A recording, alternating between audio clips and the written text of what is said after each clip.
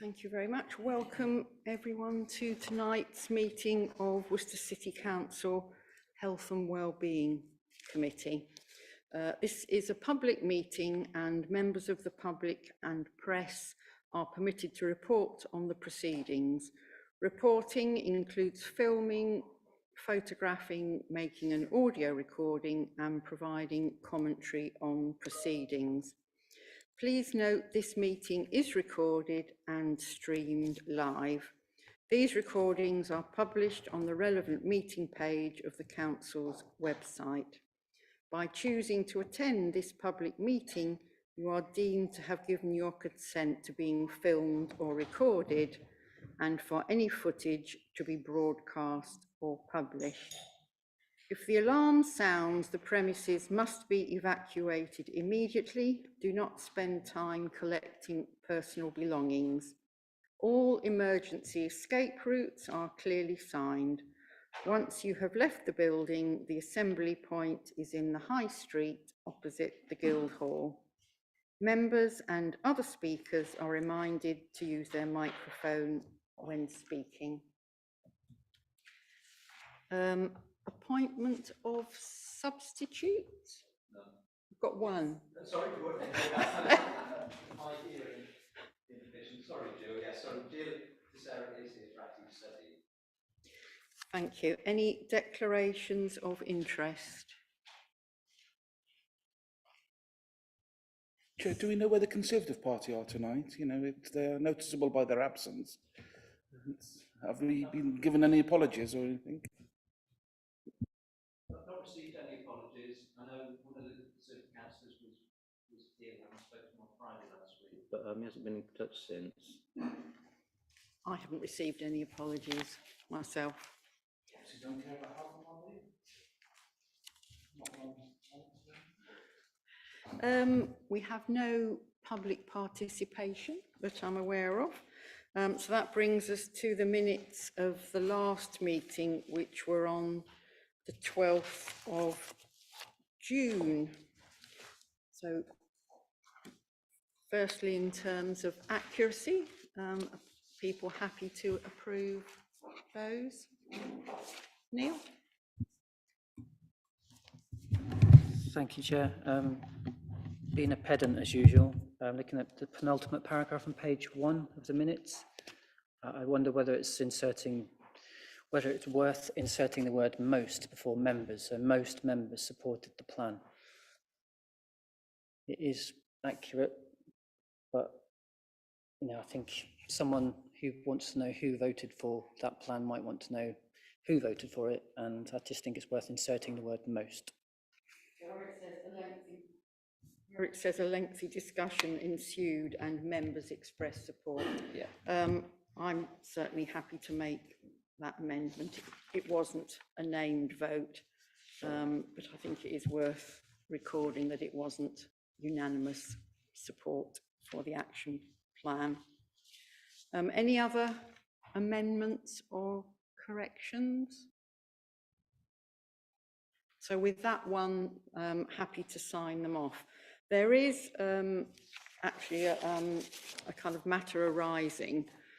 So since the committee meeting, there have been some discussions about the setting up. Well, we had the member steering group. We haven't had chance to meet since then. So there has been some conversation about membership of that group. And I think we are agreed to have full cross-party support. Yeah, David Sutton has asked this evening, Chair, if we can have a minute of that agreement from this committee. So we've emailed out all political groups, and all political groups have signalled they're comfortable with that approach. So if we could have a minute of that to that effect this evening, that would be really good. First, are members happy with that? And we'll action that and carry it forward. And Julian, you'll note that in the minutes for tonight. Thank you very much. Which brings us to item 5, and very honoured to have Lisa McNally with us today, Director of Public Health for the whole of Worcestershire. The floor is yours.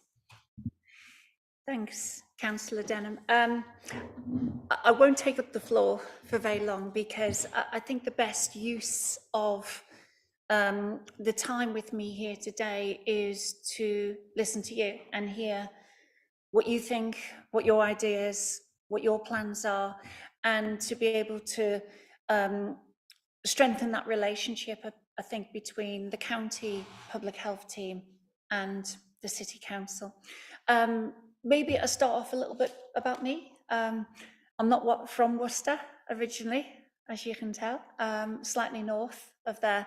Although I did spend most of my career and adult life in London or the southeast. Obviously didn't rub off with my accent. I've retained that.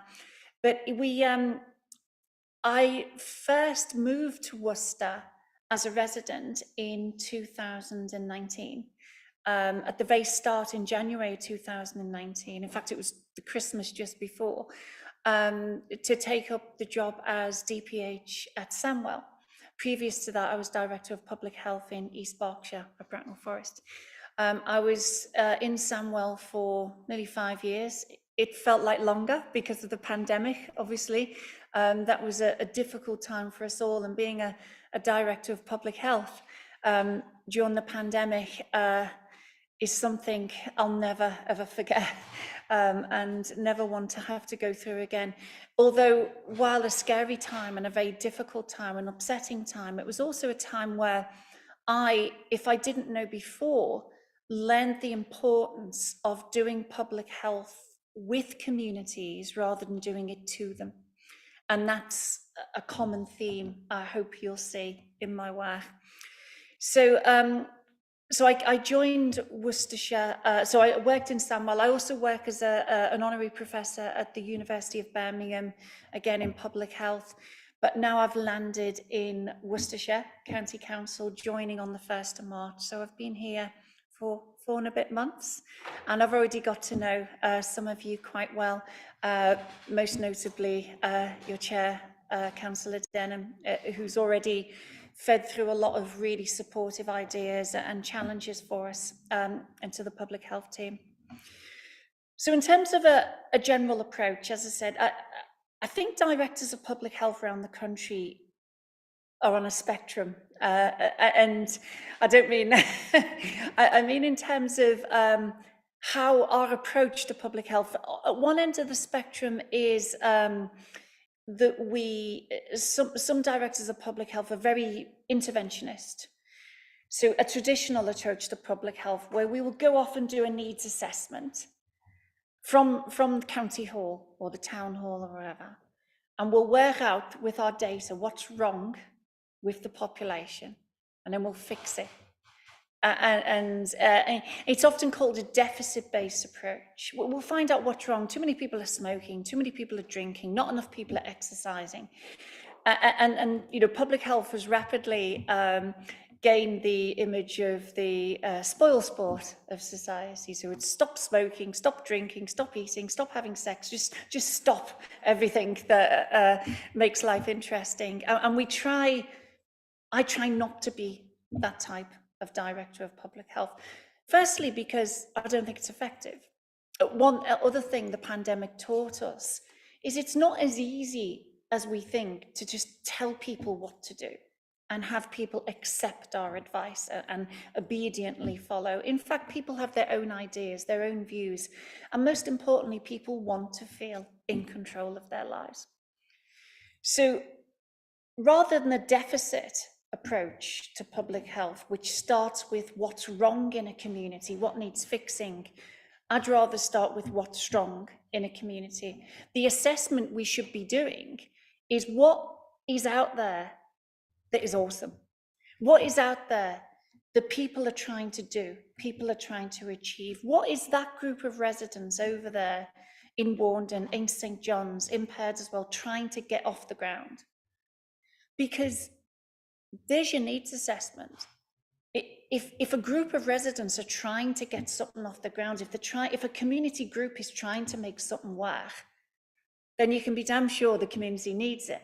Because generally communities don't waste their time trying to make things happen that nobody needs. because often they are using their own time, their own resources, their own energy to achieve that. So I think the role of public health around a broad range of health and wellbeing topics is to find out what is the community trying to achieve and jump on board and try and make that happen. So to give you an example, recently in Droitwich, in which I know is another county area, but it's a first good example. There's an area in Droitwich, Westlands, which some of you are familiar with. It's an area that faces a number of socioeconomic challenges, and it's an area that potentially is in danger of being left behind in many ways. And people maybe don't have the opportunities that we would all want people to have in today's society. So there's two choices, isn't there? I can set up lots of services. I can commission people to come in and fix the area. That's not going to work. And why should it? Or I can look into that area and see that there's a community group already based in a hub that's desperate to get more work done around substance abuse and domestic abuse. That there's a school, a primary school, with loads of great ideas as to how they can make the kids live more healthy lives in a way that suits them and their preferences. And there's a GP surgery that has ideas and is listening to people as well. And there's a group of residents that use the pub, and the pub is trying to get things off the ground as a centre of community action. There's your public health interventions right there. And they have the advantage of already being co-designed, co-delivered. And so what we've done is we've put some budget into Westlands. We've formed a committee that meets at the community centre in the middle of the housing estate, and we've devolved the resources to them. And they're already starting to put amazing work together around counselling for substance misuse and for domestic abuse, and for work to bring events into the area that, apart from anything else, will reduce the stigma that people there face. Another approach we're taking is with schools and young people, but same principle. Children in school. We will constantly hear, won't we, in the media about how kids are obese, vaping, they are using nitrous oxide, they are bullying each other. There's a mental health crisis in our schools.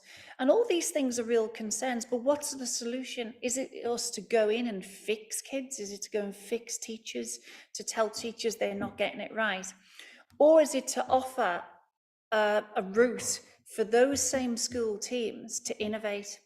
So what we've done is we've set up a challenge fund for schools, where school teams can apply for small grants to take that crazy idea that they know is going to improve health and well-being in their school and make it a reality. Because schools have funding, yes, but it's all tied up to an inch of its life, isn't it? It has to be spent on certain things.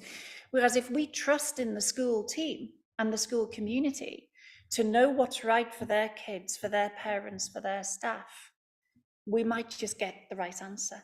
And so we've already had bids coming in around dogs, the use of dogs, trained therapy dogs to reduce anxiety. Great evidence base around there.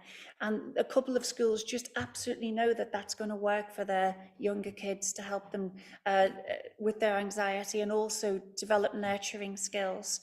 Another group is bringing some exercise classes in and instructors in to do specific fun exercises with the kids. Another school is buying some time in, extra time from an educational psychologist to develop mental health programs for the kids. All sorts of ideas, and as long as it's geared towards health and well-being and reasonably plausible, we don't question. The first thing we were asked, though, was, okay, yeah, so for your few £1,000s, you're going to require data returns that big, aren't you? You're going to have to fill in a 16-page form to get the money, and then you're going to require monthly returns. So we preempted that. And the only thing schools have to do to show the impact is a video showing that project at work. And you can imagine the dogs would make a good video. If a school's doing something around music or drumming or art, just make a video of how your program is making a difference. Because that is the other way I think we can do public health differently. When we're looking at what's wrong or what's strong in an area, the last place positive change is going to show up is in the data. Healthy life expectancy is a measure we hear a lot about. But do you really think we can set up a program this month and see a change in healthy life expectancy by the end of the financial year? That's not going to happen.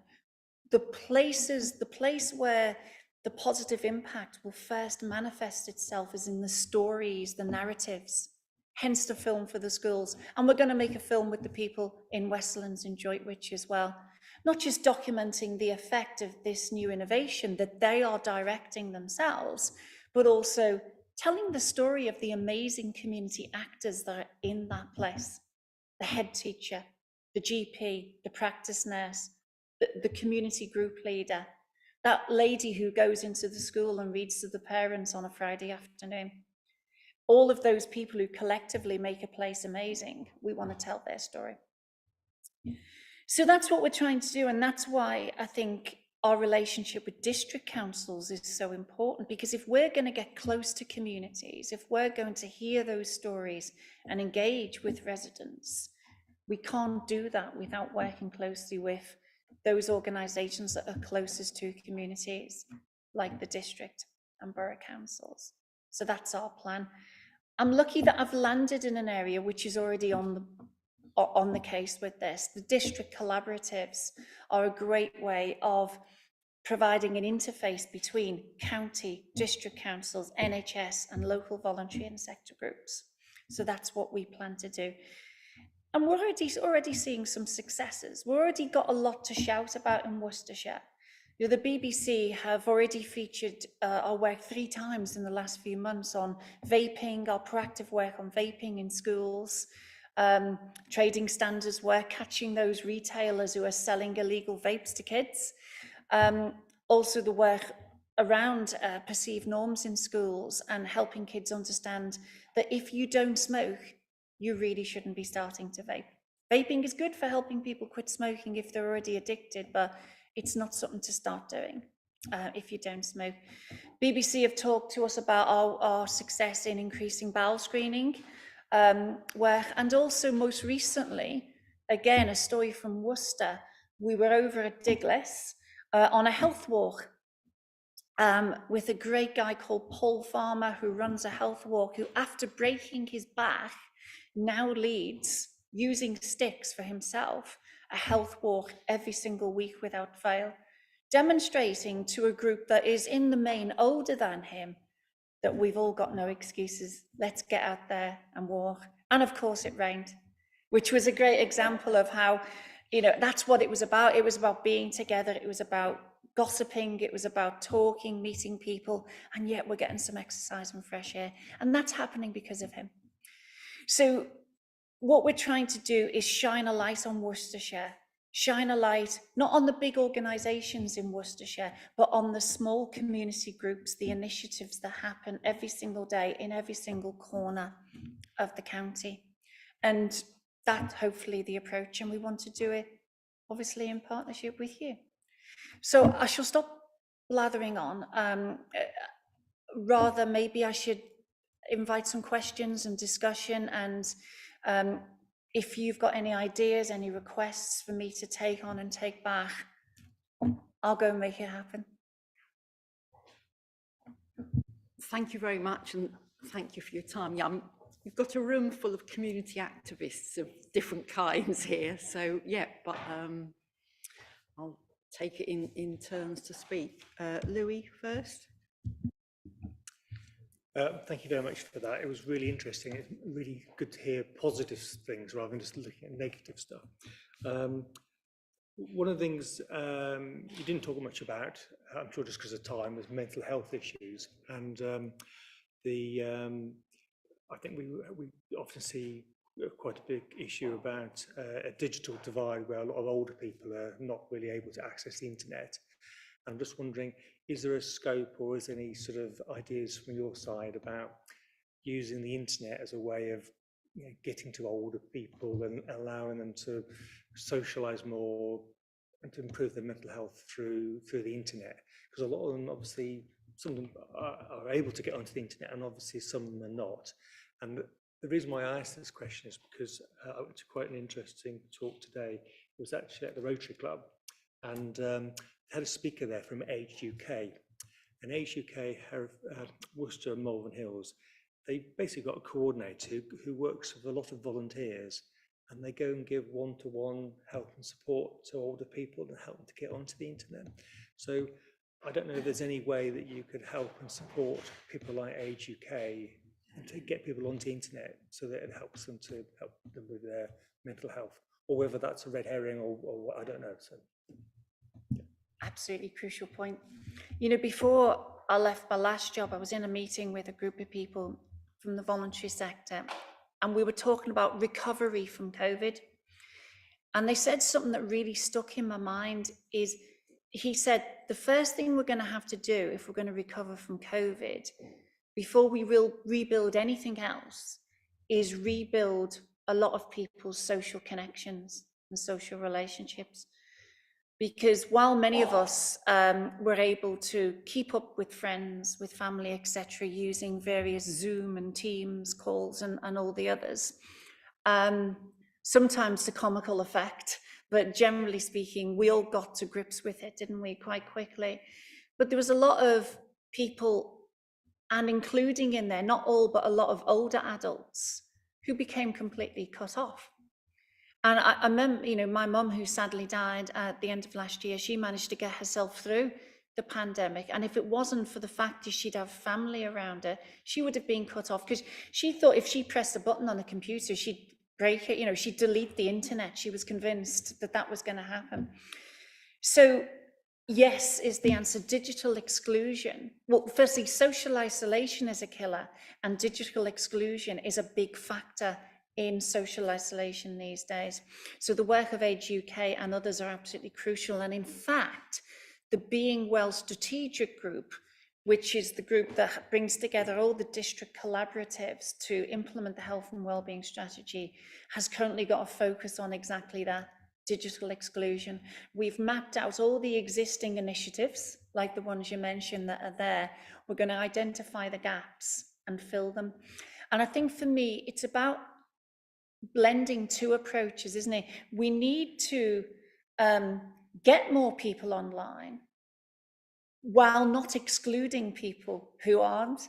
And it's a difficult double track to keep, but we must ride that double track, I think. So absolutely, the answer is yes. We'll be looking to invest in projects that reduce digital exclusion, as well as blending face-to-face support as well, because we don't want to lose that person-to-person approach as well. And for me, just to say one extra thing on that, sorry, this is a long answer, but you've you've triggered something in my mind. I think sometimes all of our services are quite fractured, aren't they? So I always talk about my hypothetical lady Mavis, which many people have heard before. Mavis doesn't exist, but she does. We all know Mavis. Mavis is based a lot on my mum. And in order to receive social prescribing, she goes here. In order to get advice on weight management, she goes there. In order to find help with digital inclusion internet, she has to go there. And she's going somewhere else for her health check. Human beings can't be expected to go off their needs conveniently for us as service providers. So what I'd love to do is bring that support all together in one place, including help with digital exclusion and getting on the internet, into one place, and have that travel round the county on a weekly basis, getting into the heart of communities, so that someone can come in and learn how to use the internet, but also find out about the walking group and get help on healthy eating and a health check, and maybe some falls prevention work as well, all in the same session. So I just wanted to add that as a something I've got in my head that I want to progress.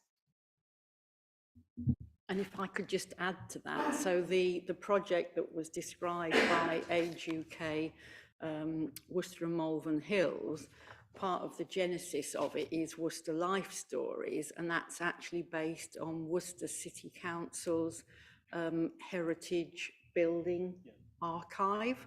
And during lockdown, there was a series of weekly quizzes in Worcester News, and just an enormous amount of interaction and enthusiasm and pulling out lots of memories of the past. And what Age UK have found is that by interacting with the story of life stories and of where you used to live in Worcester and where you used to work, is a tool that enables some people not to be frightened of the computer, but actually to engage and become digitally competent. Yeah, yeah. So yeah, a little plug for the council. I've got Tor next. Yeah, I'm really glad to hear about your sort of small grants that you're giving to schools to fund things like dogs that help with anxiety and things like that. It's really fantastic. But there is only so much that schools can do for mental health. And what we're finding, especially where I am, is that it's quite hard to get students to access to external mental health services like CAMS. Is there anything in this plan that is to improve on that? Yeah, that's a really good point, Councillor Pingree. I think that when I talk about mental health in schools, I'm talking about mental well-being as a whole, which is something we all need to maintain. But of course, there's a number of children and young people whose needs go beyond that. And you're right, that's where schools require educational support. So the Worcestershire County Council Health and Overview Scrutiny Panel recently carried out what I thought was a really good review of local CAM services. And yeah, they found that there is a lot that needs doing there, particularly in terms of access.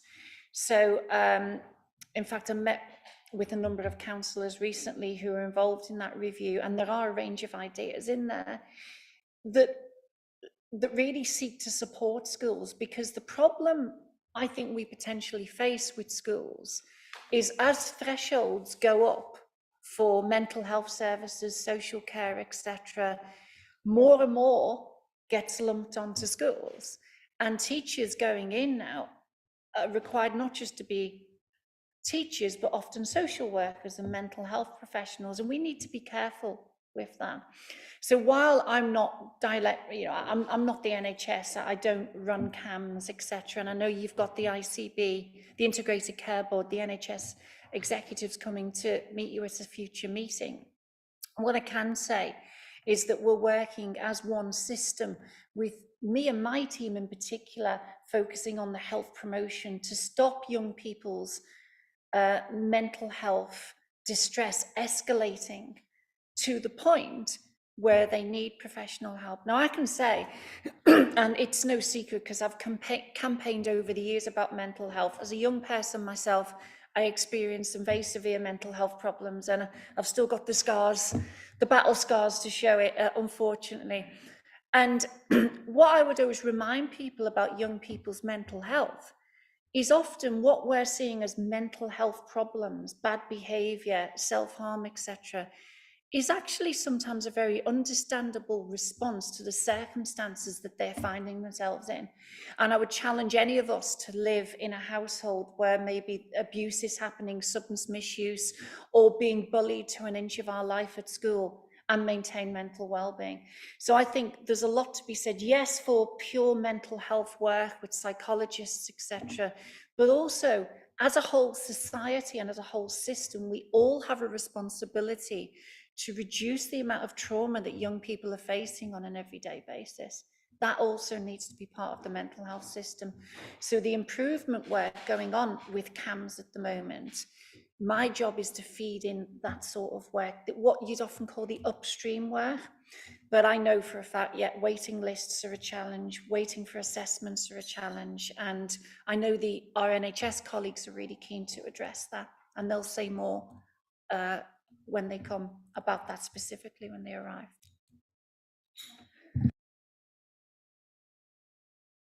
Thank you, Chair. I'm really interested to hear about your small grants. I suppose everybody is.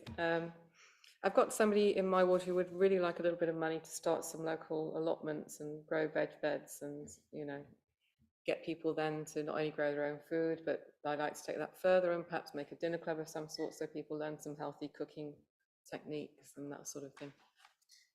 Suitable candidate? Absolutely. And I love running, and I'm often seen on a Saturday morning running, well, if you can call it that, around the Pitchcroft Park run course, and I run past the allotments. And there's a great community project going in there just off Pitchcroft, isn't it? And there's loads of these things. You know, sometimes lifting a shovel or a spade 50 times is just as good for your health as lifting a barbell in a gym, and arguably more productive. So we absolutely have to support these sort of projects. It's good for physical health, it's good for mental health, it's good for the environment.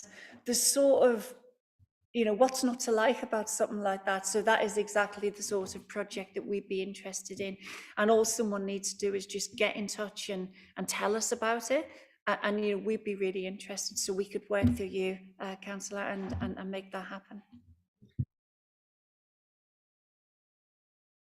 Yeah, thank you, Lisa. A few years ago, I ran a scrutiny exercise at County Hall about adult physical activity. I know, I'm probably not the best person to have done that. But we found some interesting issues which were raised with us at the time. And it was about barriers to participation, huge problems. And for most people, they have not done any real physical activity since leaving school, mostly because of bad memories of PE lessons in school. And I have those bad memories of PE lessons in schools in Worcester. We advocated trying to gain support for small sporting groups and organisations, which would actually not encourage people to participate, not because they needed to for their health, but because it was fun. And I'm not sure how successful that kind of activity has been, where we've actually put it into practice in Worcestershire. I've been using the tagline, bringing the fun back for St John's now for some time, and in doing so, brought football, women's rugby, walking rugby to Downs Green. We've organised all sorts of activities, including events in Cribblegate Park where people can actually congregate on a Sunday afternoon and get together. But a small sporting group has recently contacted me, which is Cribblegate Bowlers and Croquet Team. They've got the Worcester's largest sheltered housing accommodation next door to them, and they're struggling for members. Of all age groups, but they're struggling for members, they're struggling to survive. And they're desperate to try and promote themselves. To me, that's an idea which is ripe for social prescribing, which is not about physical activity, but about bringing the fun back, ending loneliness, which will actually also lead to physical activity in the long run. I'm not sure how successful we are in doing that, because when I went to my GP and said, I need help to lose weight, they said, oh yeah, we can sign you up to Weight Watchers or Slim and Wool, which one would you like? Neither, thank you.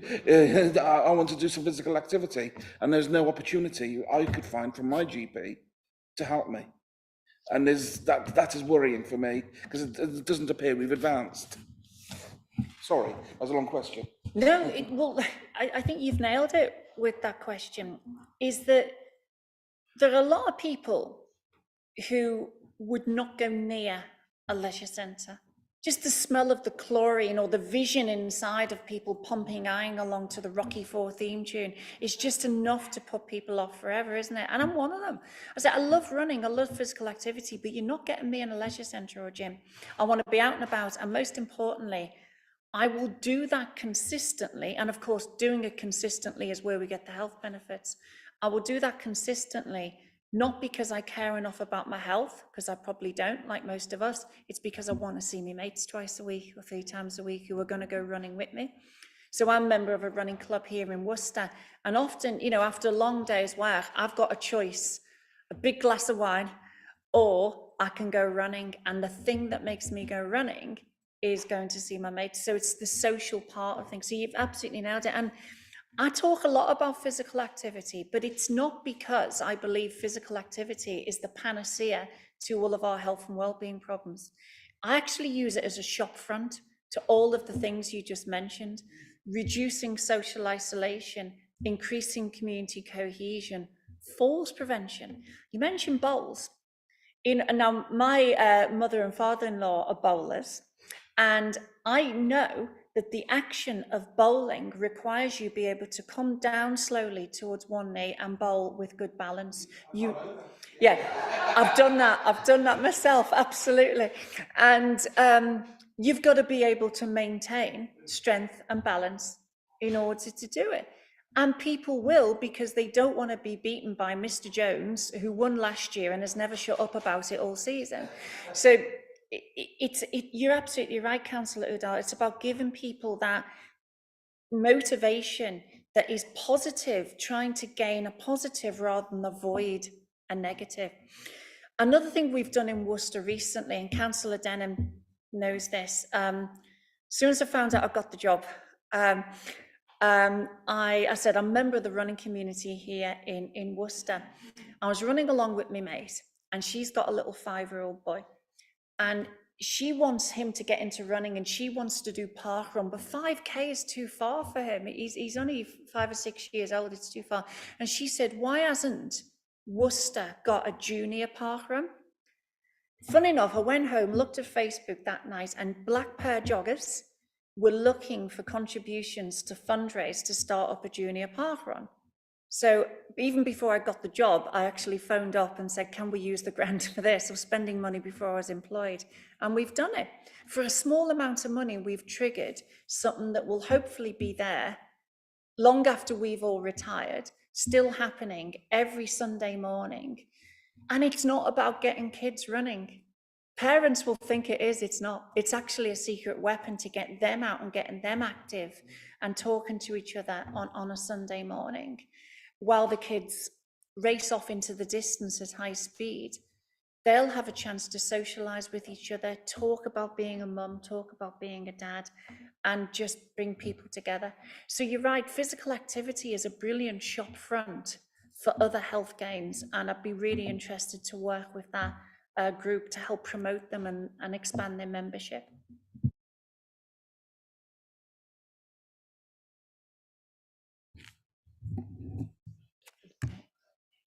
Is it working? Yeah. Okay. Well, thank you. I've got 3 questions, Chair. And the first one has quite a long preface. Am I allowed to one at a time? Yeah, can you be focused and condensed? I'm very focused, yeah, as always. Thank you for permission. Yeah, thank you for your presentation, verbal presentation. I'm pleased that you mentioned Park Run. So I'll see you at Pitchcroft on Saturday. And my son, yeah, I'll try to be. Yeah, well, I've just come back from holiday though. Yeah, I'll be a bit slower on Saturday. Yeah, my son's run Bromsgrove Park Run several times, but it's a nonsense to go that way to come back, you know, get in the car to run. So I'm really pleased to hear about Worcester Park Run. First I've heard of it actually, for the kids. I was also pleased that you mentioned Spectrum. So I'm autistic and I've been waiting 19 months for an assessment. And prior to realising that I'm autistic, thanks to the organisation Crisis, I sought mental health support, but I was told that there was a 4-month waiting list. Now, I was suicidal at that point, and this was during COVID, and I ended up spending a small fortune on private counselling, and I was lucky that I could afford it.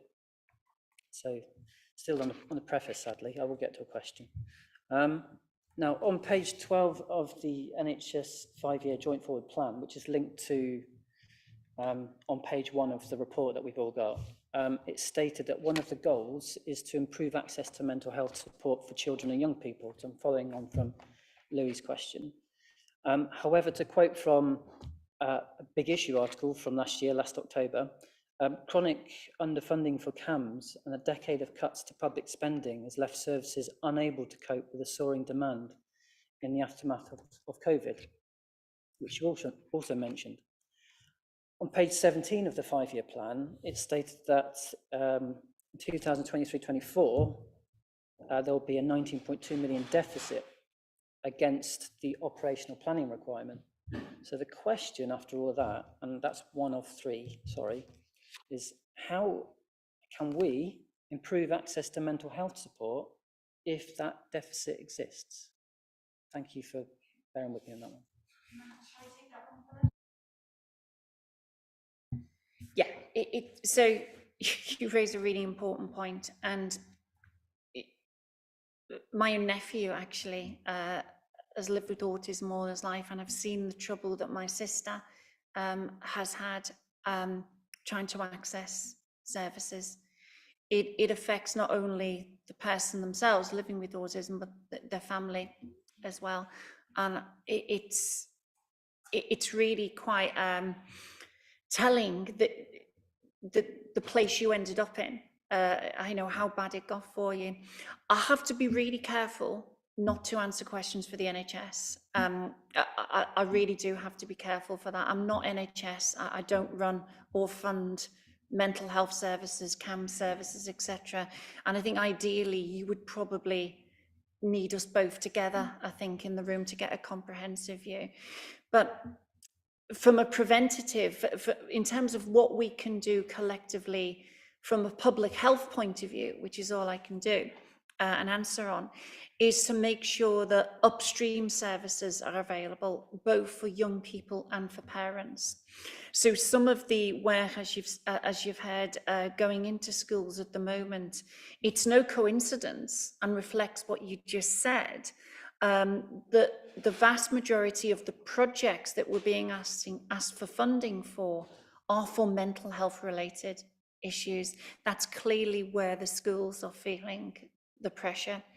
So I don't have any answers in terms of the NHS deficit and CAMS, and it would be really unwise of me to start speculating or making promises about NHS services which I have no control over. But what I can say is mental well-being is the topmost thing in our public health strategy, our health and well-being strategy. And I would estimate that a good 75% of public health funding, pretty much everything we do actually, goes towards, has a line in it about mental health. Straight from the health visitors that see 0 to 5s and look after 0 to 5s, right through to our work with older adults, mental health is the main outcome that we look for. And everything else, like physical activity, is a sort of a shop front or a way in for that. So I'm really sorry, I can't answer questions for you accurately on NHS budgets and investment because I'm not NHS. I don't run CAM services or mental health services, but we are working to provide support upstream and preventative work to help parents and young people living with autism or any other condition such as a learning disability or mental health condition. Okay, thank you. I appreciate the emphasis on mental health support, but yeah, put you on the spot with that specific question. It's a very autistic question, to be fair. So yeah, I'm used to that reaction, don't worry. Somehow employed still. Second question is about inclusivity. So the 5-year plan mentions that you're an inclusive organisation. Neil, sorry, I think, are we actually, you're looking at the next agenda item rather than directly speaking to the Director of Public Health, I would suggest, potentially. I can hold on to it for now, if that's okay. Yeah. So what about the third one? The third one was about the upstreaming, which I've heard a few mentions of. That's the next. Yeah, okay. The next agenda I'll take that one. Apologies. So yeah, it's a point I've made at other meetings, to be fair, about English language. The core focus is driving the shift upstream to more prevention. Now I've got a Cambridge English degree, and I don't understand that. So please, can we focus on shifting this sort of jargon downstream and use plain English instead? So if I use the word upstream, and I use the word upstream because Desmond Tutu used it. He was the first one to use that, and he talked about how rather than us constantly pulling people out the river, we need to get upstream and see why they're falling in the first place. So that's where the word upstream comes from. And I've heard all sorts of things. Left shift is another one which I'm discouraging people to use, especially in a political organisation. Left shift and right shift is not somewhere I want to get into. But yeah, so I actually believe upstream is a valid term. What I do take is the point that we need to simplify language. And hopefully you haven't heard any jargon from me tonight. I've talked about falls prevention, I've talked about bowls, I've talked about Mavis, and I've talked about my mum. I'm not sitting here using a lot of jargon. If you ever find me doing so, let me know, but I'm not aware I have tonight, but I will defend the term upstream, because actually it's a concept that was, as I said, floated by a really inspirational man and has been used in all sorts of walks of life to describe getting to the source of an issue and trying to deal with it at source rather than waiting for the consequences to happen and then spending more time and more resources dealing with that.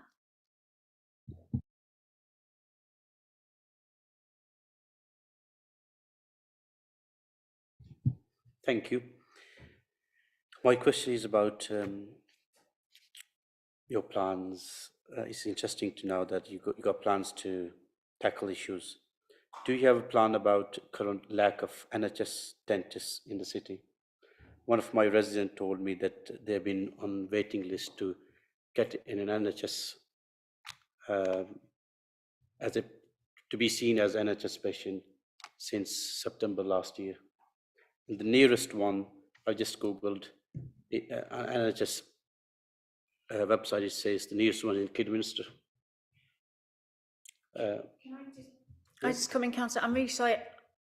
I'm the Director of Public Health for Worcestershire County Council. I don't commission dentists. I don't provide dental support. I can talk about the work we're doing to improve oral health in schools, but I don't want to waste your time by trying to speak for, in this case, NHS England, who commission NHS dentists. I said, I know there's often confusion. I'm a Director of Public Health, but I'm not NHS. I don't work for the NHS. I don't commission NHS services.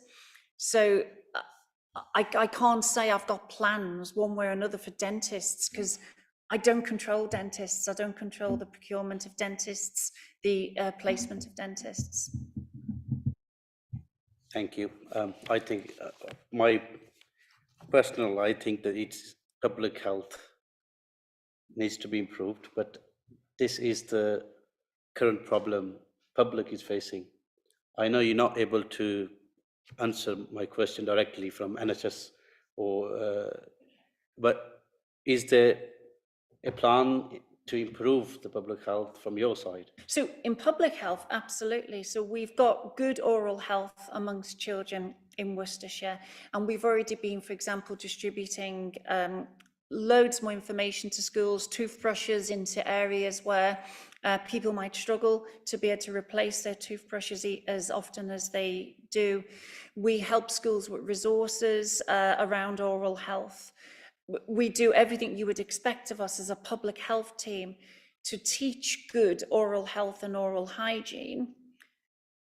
But in terms of accessing an NHS dentist, until the government put dentists under the control of local councils, then I can't influence the placement or access to a dentist. Like you, I'm someone who struggles to get a dental appointment. But unfortunately, in my job, I don't get to influence that. So, yeah, I think it's like any upstream piece of work.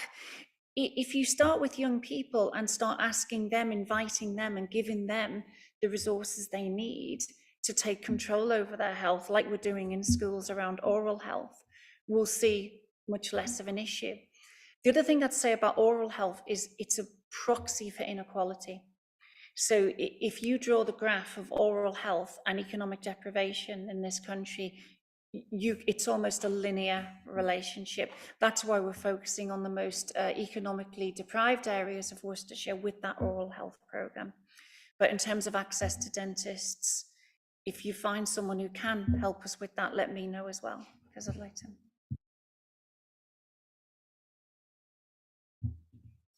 Thank you, Chair.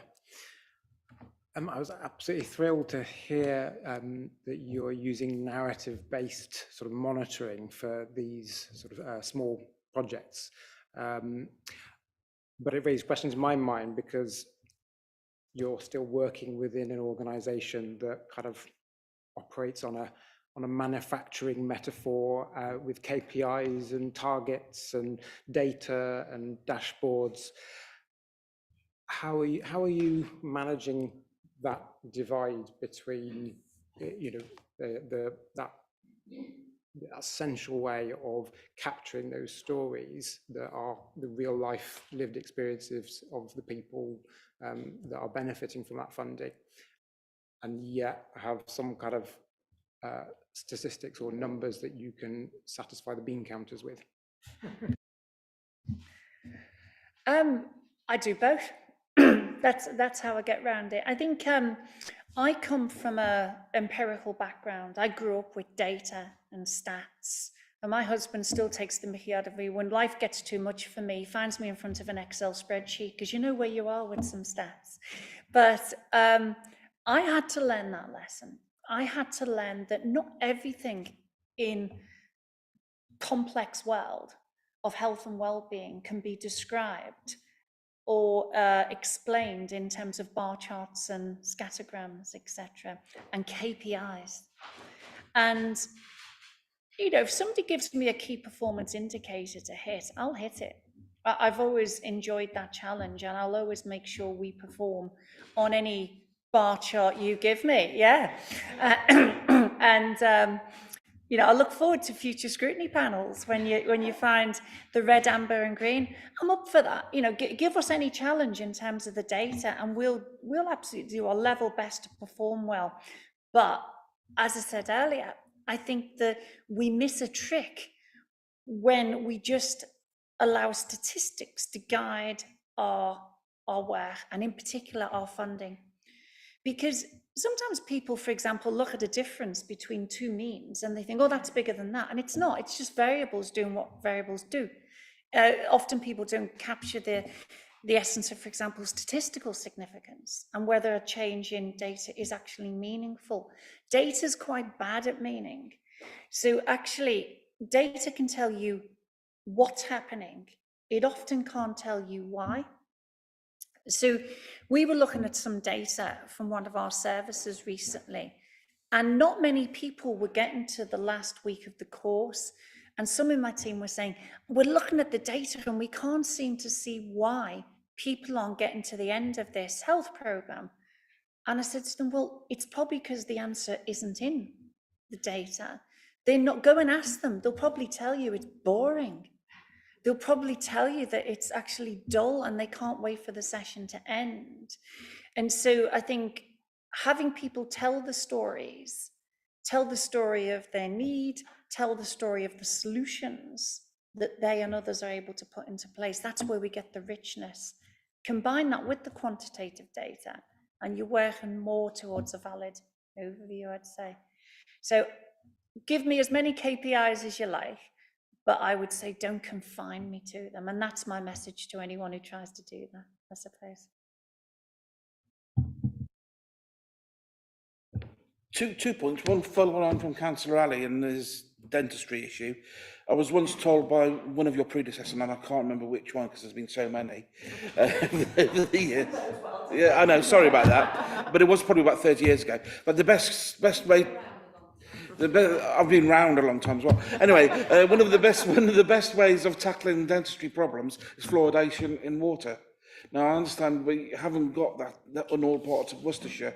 Now, I'd like to know where we are with that and how much we are actually supporting fluoridation of water, drinking water in the county. But that wasn't my initial question. I'll come on to that, which is about areas of social and economic deprivation where children go to school hungry. You couldn't have the best education system in the country, and if a child still goes to school hungry, they're not going to pay much attention at school. One of the best projects I've seen recently was in Downs Green, which was the Baked Bean project, where a tin of baked beans was provided to children, and with recipe cards on how to actually make wholesome meals with baked beans. It was several years ago, I've got to admit, and it worked very well. Corned beef hash was amongst the lists and all sorts of other things which baked beans can be made with for a 10p tin of baked beans. And it really succeeded in promoting health opportunities from eating well early in the morning. I'm not sure where we are with that kind of activity anymore because children are still going to school hungry.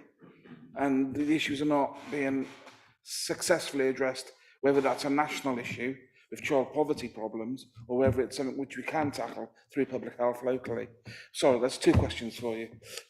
Absolutely. So, apologies. Yeah, thanks. Love the baked bean idea. That's great.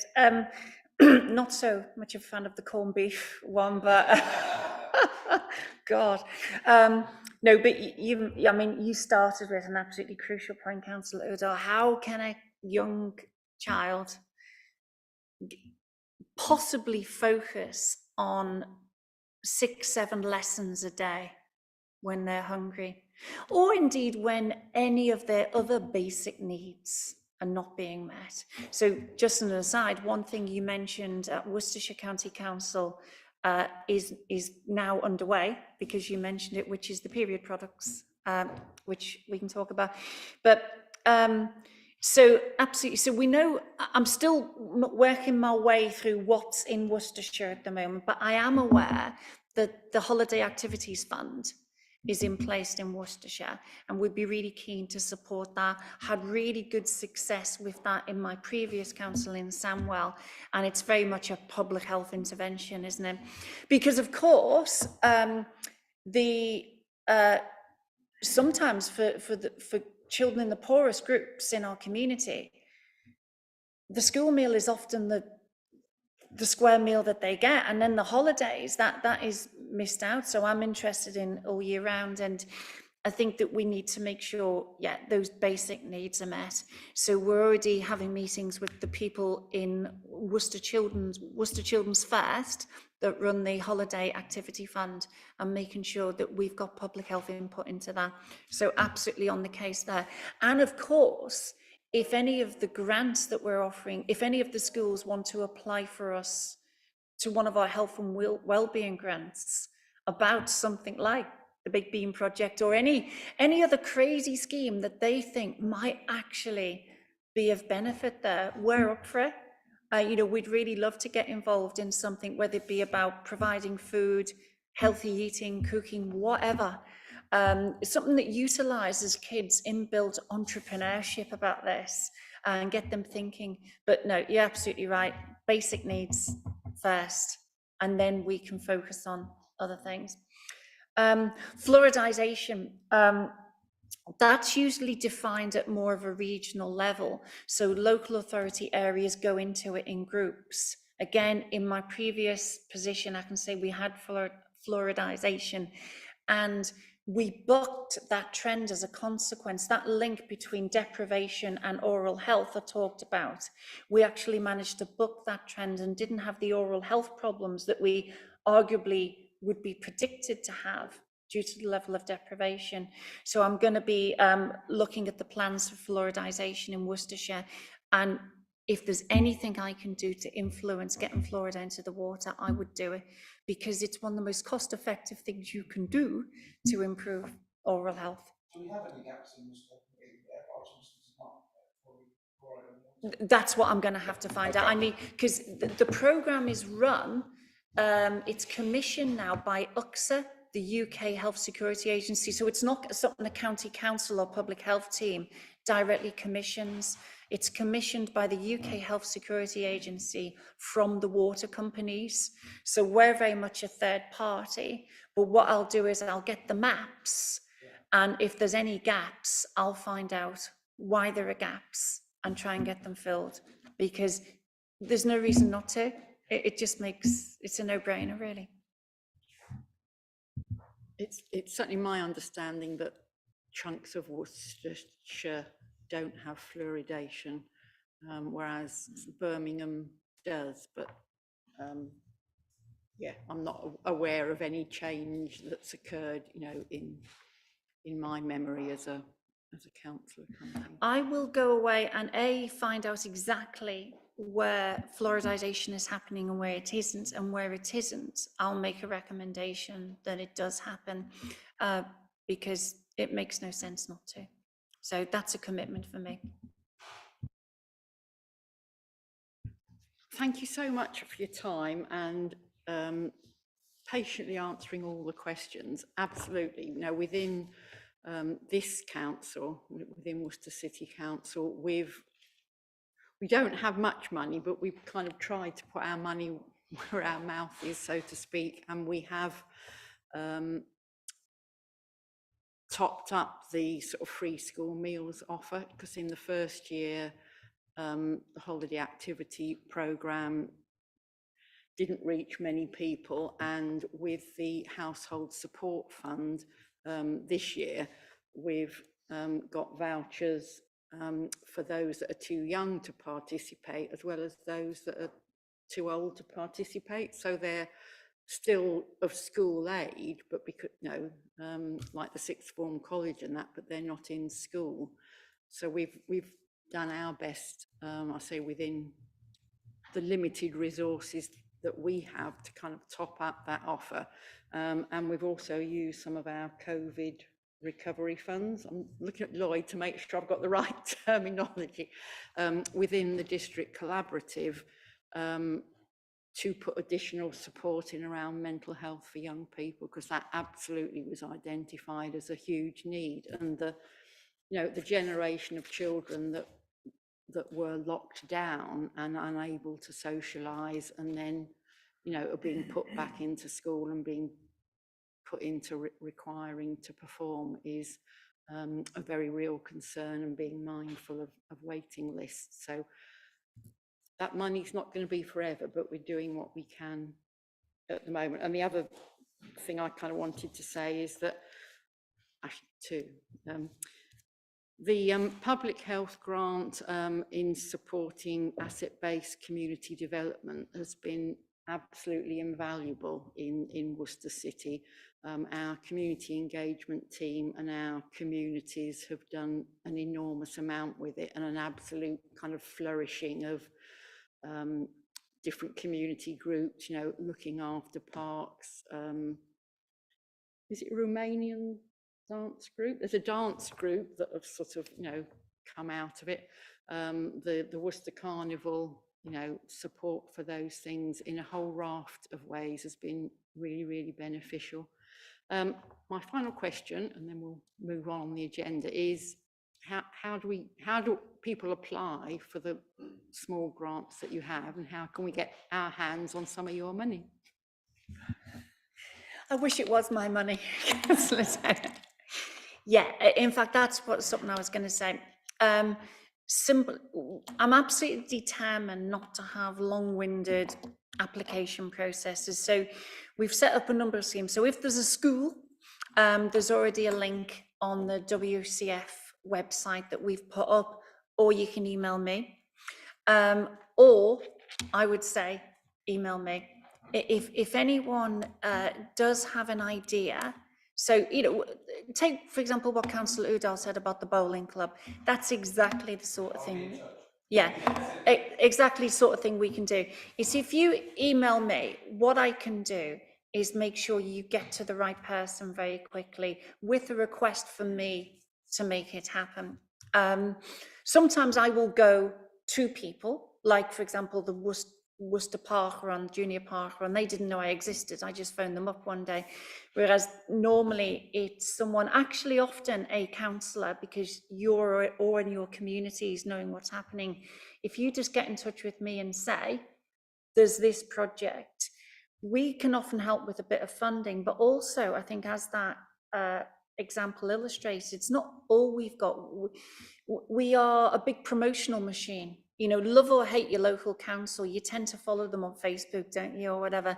And so we do reach a lot of people. So if we need, if you want to get information out, we can do that. If you want us to come and make a little film and do some media work with you, we can do that as well. We're quite good at getting our stuff on BBC News, etc., as you've seen. So, and it's stuff like that that can really take projects to the next level. And by the way, Councillor Udall, I've looked up, because I don't like not having a fact in my head.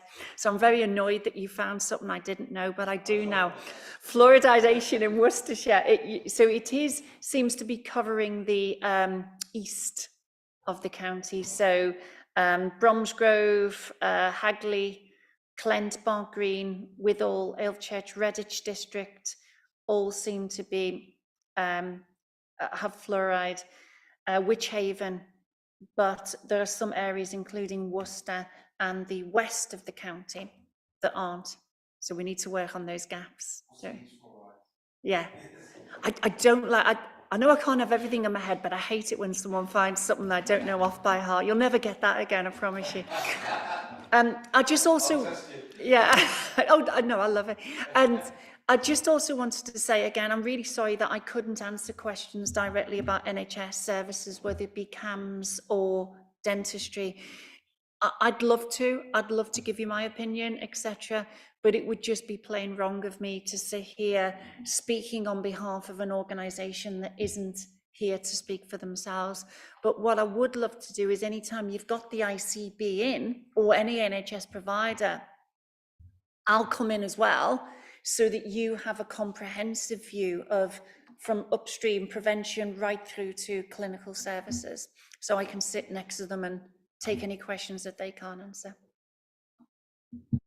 Thank you very much. We're really grateful that you've come to Worcestershire, and look forward to doing lots of good projects together and making a difference to our communities. Thank you. So moving on seamlessly to strategies and the higher level stuff. So item 6 on the agenda, we have the NHS 5-year joint forward plan for Herefordshire and Worcestershire, and separately the Herefordshire and Worcestershire integrated care strategy. Am I introducing this? Because I've been at the meeting. So Worcester City Council has a place at the Health and Wellbeing Board, the Worcestershire Health and Wellbeing Board, and have been part of some of the consultation around both these strategies and sort of formally signing them off. They are fairly high level, what we've got in terms of the physical papers, but clearly some members have done their homework and delved further in, because particularly the NHS joint plan is a mega document, and I'm really pleased that Julian didn't cut any trees down to share it. In terms of timing, chronology, it really should be the Herefordshire and Worcestershire integrated care system strategy, so good health and well-being for everyone. So it sits above the Worcestershire Health and Wellbeing strategy and actions. You know, we're a district council a level below it. I think it's a major achievement that anybody managed to get a strategy on a page, and I certainly commend that to all officers. It really kind of focuses the mind. So on that one page, this one on page 8 of our papers, there is quite a lot of content there. There's aspirations that I guess the key, I mean, the Worcestershire Health and Wellbeing strategy does include health and local government. This one adds in the sort of Herefordshire element and takes it a level higher. Don't ask me difficult questions about it, but did you want to say anything else in terms of introduction? No, just I think it can be sometimes difficult to get your head around the structures, can't it? So you've got an integrated care board, which is focused on the NHS, and an integrated care partnership, which is wider than that, which includes council, etc. And the integrated care board is Herefordshire and Worcestershire. Below those two, you have health and wellbeing boards, one for Herefordshire, one for Worcestershire, and each of those have produced a health and wellbeing strategy. So we're grand for strategies right now, and it can be a bit complex, but that's essentially the way it works. Yes, so it has been through a consultation process, but I have to say, you know, in the covering report, it refers to, you know, Herefordshire and Worcestershire Integrated Care Partnership Assembly, which was a Teams screen full of 60 or 70 people. It was a very large number, which just shows the level of stakeholders and the level of interest. We as a council didn't make a formal contribution to it in terms of the strategy, but certainly at meetings where there was a draft and iterations.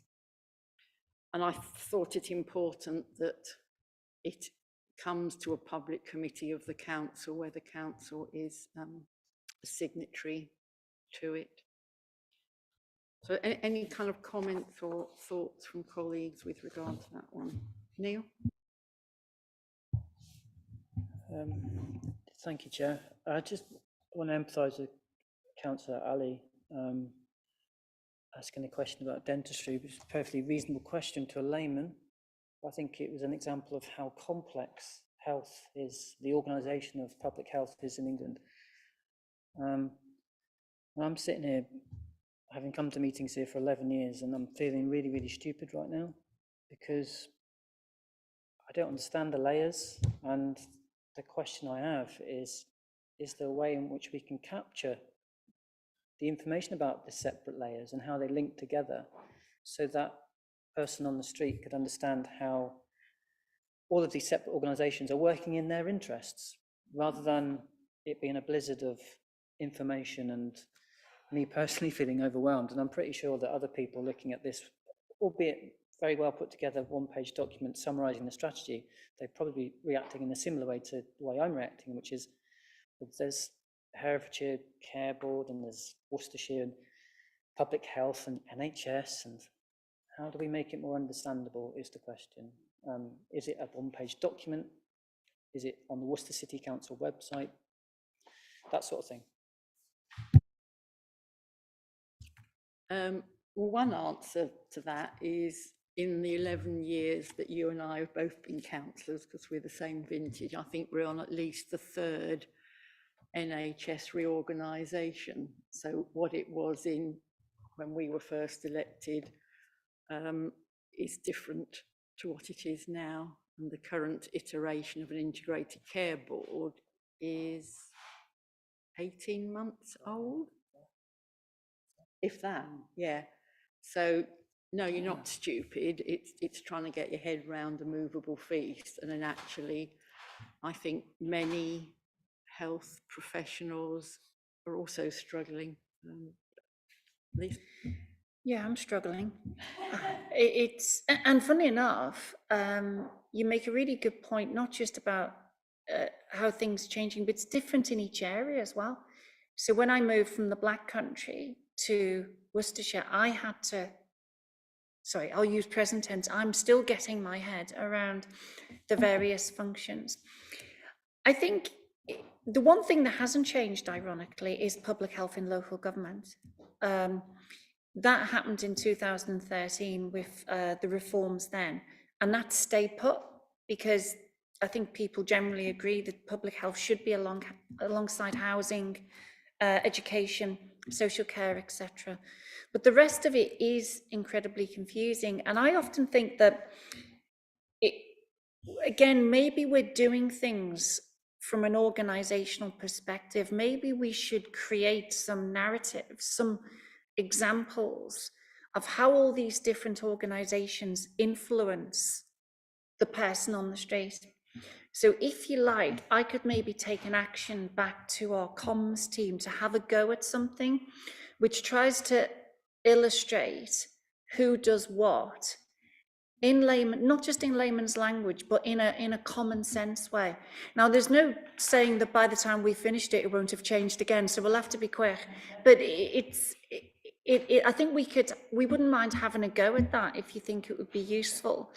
You know, I talk a lot about Mavis or you know, an individual person. what does it matter? Because I remember I lived through the NHS with my mum last year. She unfortunately passed away, but in the time leading up to her death, we went through about every NHS service you could imagine. And there was no point in talking to her about ICBs, CCGs, STPs. She couldn't care less. What she wanted to know was how she can access things, when, and whether all these three-letter acronyms are going to affect in any meaningful way what she can access and when. So I think we could maybe have a go at an explainer. Do you remember the King's Fund when the health reforms were first put in place? They did some good work about trying to explain how the system fits together. So we could have a go at that. It won't be perfect, but I could ask my team to have a go. Be helpful for me as well. I think there might be a chart within some of these documents that we've just got the one-page summary of, rather than reinventing a wheel. Lloyd, did you want to add something? Yeah, I was just going to say, Chair, as much as sometimes it's nice to understand where strategy comes from and what the governance is, I think members of Worcester City Council are very blessed. You've had the offer this evening from the Director of Public Health of what can be delivered locally through her team. You have this committee to be able to raise ideas and proposals through. You also have the Healthy Worcester Group, which Councillor Denham and Councillor Hodgson and other, I think, members attend. And we're also fortunate at the moment whereby I chair the District Collaborative. So I think sometimes, and I'm glad Lisa said that she doesn't understand it, so it's not the only director in the room that doesn't understand it. I've given up on trying to understand it. What I'm focused on is what we've got locally in terms of arrangements sat around tables of partners and what we can deliver locally.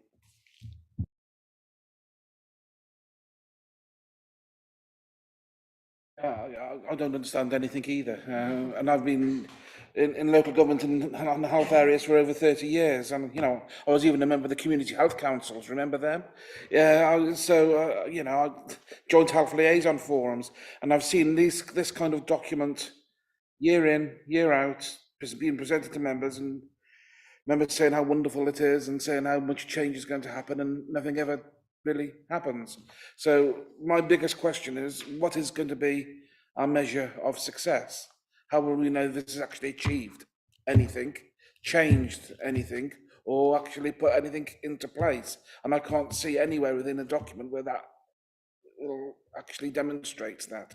Maybe it's missing, maybe I've not read it properly or missed it completely. But to me, it's an issue which I raised earlier on this evening about the issue of child poverty. You know, when I look at the final page on page 8, providing the best start in life, we've got things like reduce infant mortality, making sure children are healthy weight, etc., etc. Nothing about child poverty, which is the biggest cause of inequality, biggest cause of poor health in children in our county. With 30% of children, I think, in Worcester schools on free school meals, there is a huge problem there, but we're not addressing it. I'm a critic. I've seen it all before, and I'm no doubt I'm going to see it all over again. But what is the measure of our success? What changes will actually happen as a consequence? Am I asking an unfair question? I would say you're asking the only fair question, Councillor Udall. I said, actually, you know, I've got a confession to make. I think I do understand that system now, but I would say it hasn't done me any good as a resident. So what I mean by that is it's good for me to understand as a director of public health, so I can use all these three-letter acronyms. But as a resident requiring healthcare of any type, knowing what the ICB does as opposed to what the STP used to do, or the C, it's always three letters, isn't it? You can't get past it if you haven't got three letters. It doesn't help me. So I think what Councillor Udall raises is important, is actually what we need to be interested in is the effect of all this stuff. No matter what's happening in the cloud above, what does the rain look like? And I think that's really the question we need to be asking from residents' perspective. Can I get a dental appointment? My child's experiencing mental health difficulties, can I get her some help? And importantly, are those really crucial wider determinants of health and well-being, like poverty, being actively addressed as part of a whole system approach. So it's the effect that we're interested in, I would argue.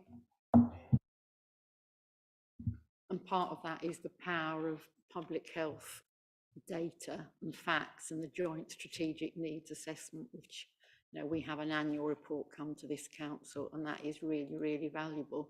And going back to your earlier point around the hazards of data, on average, Worcester City is averagely okay, which hides, you know, massive disparities. Thank you. Yeah, Steve. Thank you, Chair. I work within the NHS, and it's such a complicated beast that I don't think it's possible to understand it. And as you say, it changes so frequently that you get the impression that that's deliberate to prevent anybody from understanding it. In terms of these reports before us, can I have 2 points to make? One is I agree with Councillor Udall that a lot of platitudes, yeah, there's not a lot of muscle to say that things will actually change, and that you know, the strategic plan, which is casting its net very wide in terms of you know, time, will be able to, you know, achieve what it sets out to. The other thing, I think I would be neglectful as a member of the Green Party if I didn't point out that I don't see any mention of the climate emergency. You know, I mean, particularly a 10-year plan where, you know, the WHO says that the climate change is the single biggest health threat facing humanity, and this plan goes up to 2033, when I kind of feel that it's quite likely that the health effects of climate change are going to be hitting even us in the Northern Hemisphere, which, you know, not that I'm saying that you can, it's not predictable, I guess that's the issue, but when you're looking at strategy, I think that you need to recognise the uncertainties and the complexity that you're going to be working with in the future, and build that in so that it's not a rigid, inflexible 10-year plan that you know, isn't able to adapt to the changes, the rapid changes that we're going to see, like we have done with things like COVID.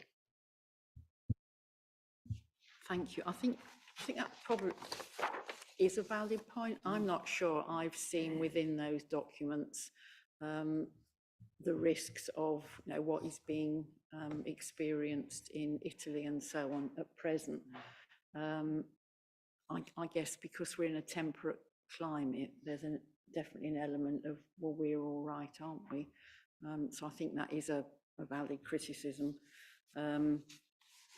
Obviously, climate emergency plays through in other parts of our council and other plans that we have, but I'm not sure within these specific documents it is, which is absolutely something to sort of take on board with the next iteration.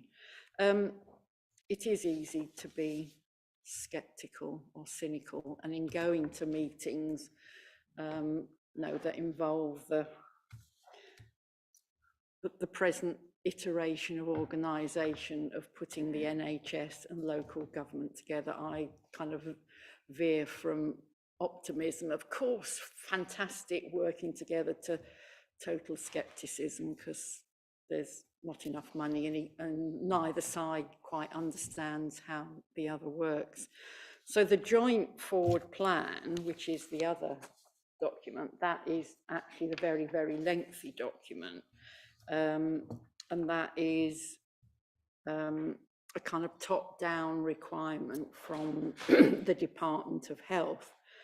So it includes, I mean, well done to Herefordshire and Worcestershire to, again, getting something on a page, but behind it sits an enormous amount of data, which includes, you know, how many hip replacements are expected to happen, how many, you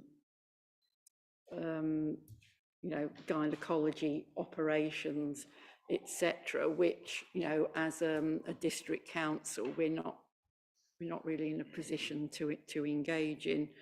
The key and the health system will,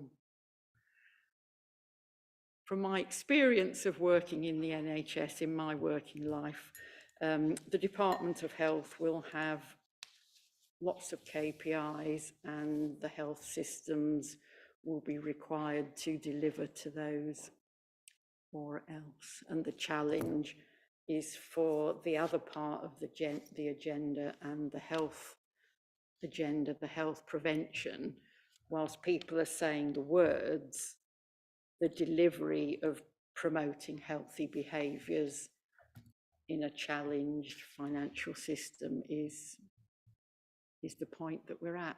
Is that fair? Absolutely, yeah. And I sometimes think we make the mistake of swinging between, we must do prevention, no, we must increase treatment capacity, but then we must, and actually we need to do both.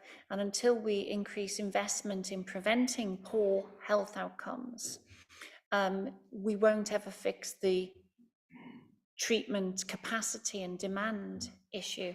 So another way of putting it is the solution to improving a hospital system don't all lie in the hospital. They lie in the community around. And that's where I think committees like this and local government in general is important, because you will always ask the questions that, you know, with total respect to NHS executives, they won't ask themselves, because you speak to residents day in, day out, and you hear what they're saying about dentists, about mental health, about all these issues. So I think it's important, like we talked about with the complex structure, is to bring it back to what are people experiencing on a daily basis, and is it good enough? Regardless of what systems are in place and what plans and what KPIs are in place, are people having their needs met? And you're closer to those people arguably than anyone else in this entire system. So those questions are crucial. So we did invite somebody from the Integrated Care Board to be able to talk to, but they weren't able to come today. Are they potentially coming later? Yeah. Yeah. So we can save some of the difficult questions for next time potentially. Any immediate comments on this? We're happy to move on. Thank you. So the next item on the agenda is our performance report. Buried. How do you want to do this, Roy? Do you want to talk it through? Yeah, thank you, Chair. I won't spend too much time. So this is the Q1 performance scorecard for this year, and members will recall that there are quite a few new KPIs for this year. In respect to the projects, they're all green at the moment, so they're all on track. We've had to amend some of those dates, being brought up to date from previous committee reports. And there's narrative against each of the projects there that hopefully members have had time to look through. And then in respect of performance indicators, we've now got quite a few for this committee. And so the ones I would draw your attention to are number of premises and events with an access guide. So you recall this committee approved some additional funding to increase the number of guides that were in place in Worcester. That number has leapt up in the last quarter because we've spread the net a bit. So we're not now just looking at Worcester city centre, and we're looking at sort of a circumference of 4 or 5 miles out, and including premises there. So that's jumped up from 332 to 465 premises. Number of young people referred into walk and talk mentoring, that's showing red at the moment. So it's the first quarter's data. So we can't provide a graph or a bar chart for you, but we've achieved 8 against a target of 9, so that's why that one is showing red. There's been quite a bit of discussion this evening about mental health support, and we've got a KPI around young people mental health support. So that's the 2 posts this committee funded as match funding for the Being Well funding provided by Public Health. I'm pleased to say the posts at Our Lady Queen of Peace Junior School and St Clement's Primary School, they started on the 10th of June. They are now supporting 16 families. The post at Worcester Sixth Form College, that started on the 26th of June. And the post at Howe College starts on the 10th of July. And that's 2 full-time officers across those 4 sites in total. And we talked again this evening about some sort of the sort of balance of qualitative and quantitative data. Just to draw your attention really, on site who are providing that service have already had some feedback from the head of St Clement's. I'll just quote, I'd just like to say what an asset you've been so far. In such a small space of time, you've immediately been on board with our school, supported our children and parents. I feel privileged that we were able to be one of the first schools for on-site to work within the primary sector. As you will know, there's a huge need for it, not only for our children, but support for our young families too. You've given some of our families so far the confidence and encouragement to make some steps to move forward. So that's funding that this committee approved, and the posts are in place.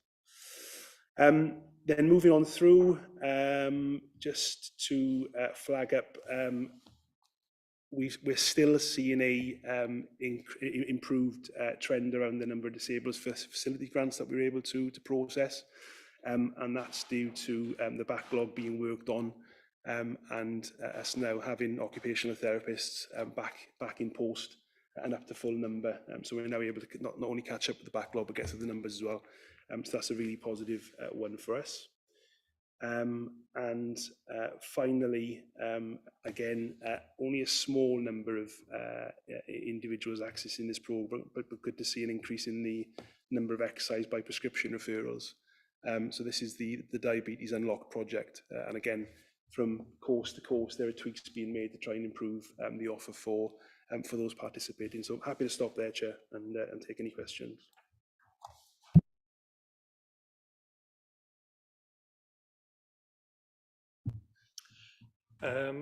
One of the things on the report is active travel. I know we've got a new active travel officer now. Can you just, I think they're in post. I'm just wondering what's the first thing they're going to be doing, or what's their sort of work programme for the next sort of 6 months? Can I take that one away, Councillor Stevens, and ask David Sutton to come back to you on that one? That doesn't sit within my my directorate, so apologies for that. No problem. Okay. I'm just to say, producing the active travel action plan that we agreed at the last committee was they wrote that, they did that, so that is absolutely part of, and they are involved in, you know, the bike share scheme, you know, the projects that are here, so they're part of that working group.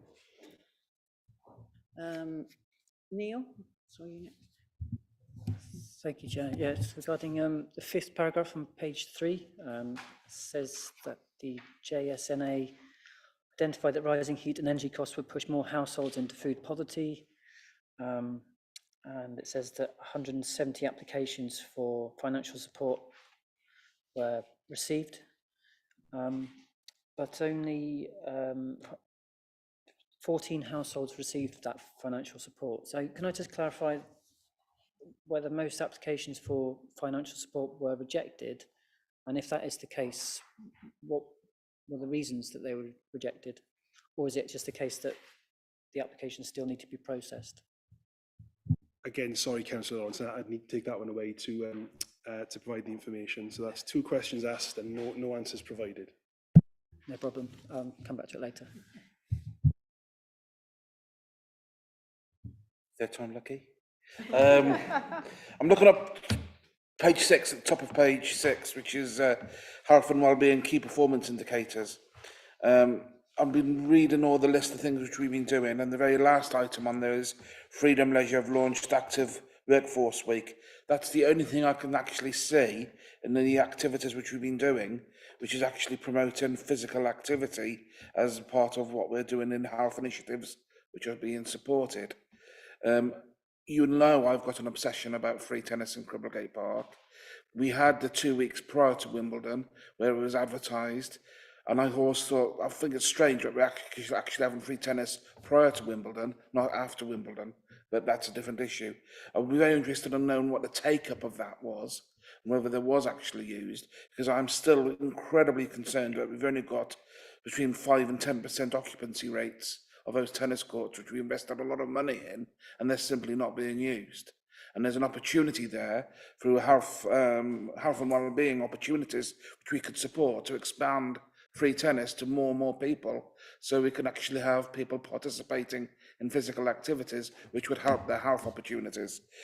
So I'll be interested to know how we can actually improve that, and whether that's actually included within this kind of scheme, whether it's more to do about leisure activity rather than health activity. Particularly those members who are new to committee this year. When we redeveloped our tennis courts, there was some provision for free tennis originally, and then we invested more money as a council to increase the provision of free tennis. And since then, I think it was what we call the Raducanu effect, wasn't it? We then provided a period of free tennis in and around Wimbledon. Councillor Udall, I don't have the numbers at my fingertips, but I did have an email from Alan New a week or two ago that I can remember the numbers were quite stark, actually, the increase in free tennis for the period that was provided. So again, I will obtain those and I can share those round the committee. The other thing I recall from that email is that Freedom have now, I think, finally been able to recruit back into the tennis development manager post. And part of that person's role will be to look at this particular point. So hopefully that answers the question.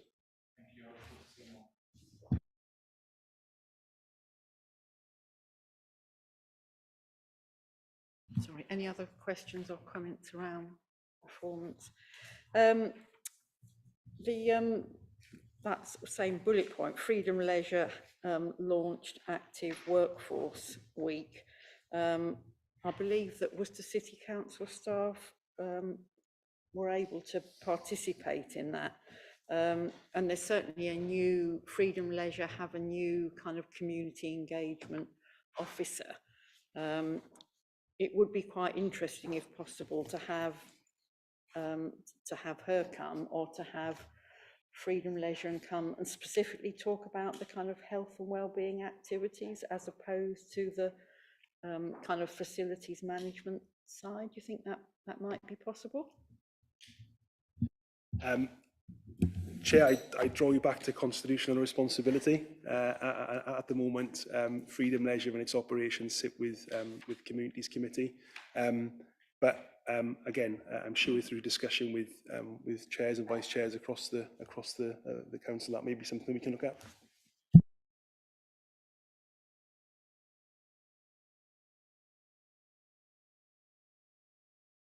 Just looking at the other points, and the, I mean, a response to Worcester City food poverty.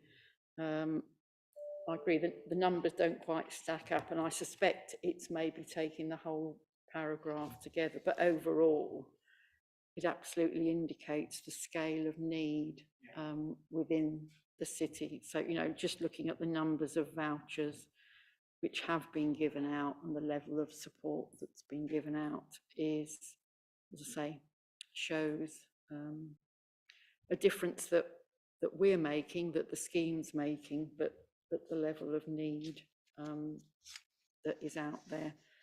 And at the most recent Healthy Worcester meeting, we had a really useful conversation with the Citizens Advice Bureau, and actually how to make physical referrals to them. And interesting, you know, a number of partner agencies weren't clear. So that will, other agencies that come into contact with people who are struggling with the cost of living and struggling to make ends meet, hopefully will be better equipped to make referrals and to access the support that's available. Jill?